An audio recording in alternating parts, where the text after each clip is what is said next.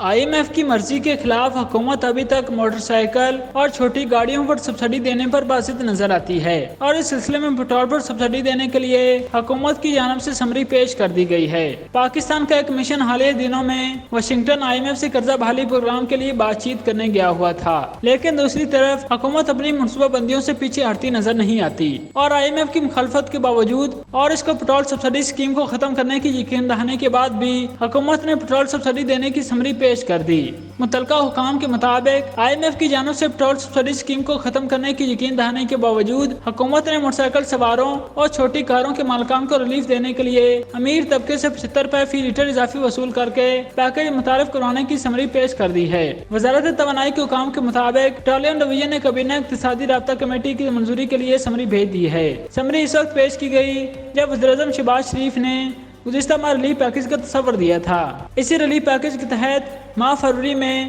وزیراعظم نے motor cycle سواروں اور 800 سی سی تک کے کار مالکان کو ریلیف دینے کے لیے 800 سی سی سے اوپر کی گاڑیاں رکھنے والے امیر طبقے سے 50 روپے فی لیٹر زیادہ وصول کر کے پٹرول پر سبسڈی دینے کی منظوری دی تھی اور متعلقہ وزارتوں کو احکامات جاری کیے تھے کہ اسکیم کی خد و خال کا جائزہ لے کر اس کو مکمل کر کے اس کی سمری کابینٹ میں پیش کریں تاکہ حکومت اس کا باضابطہ اعلان کرے۔ تاہم اس اعلان کے بعد IMF اور ملک میں ایک خاص طبقے کی طرف سے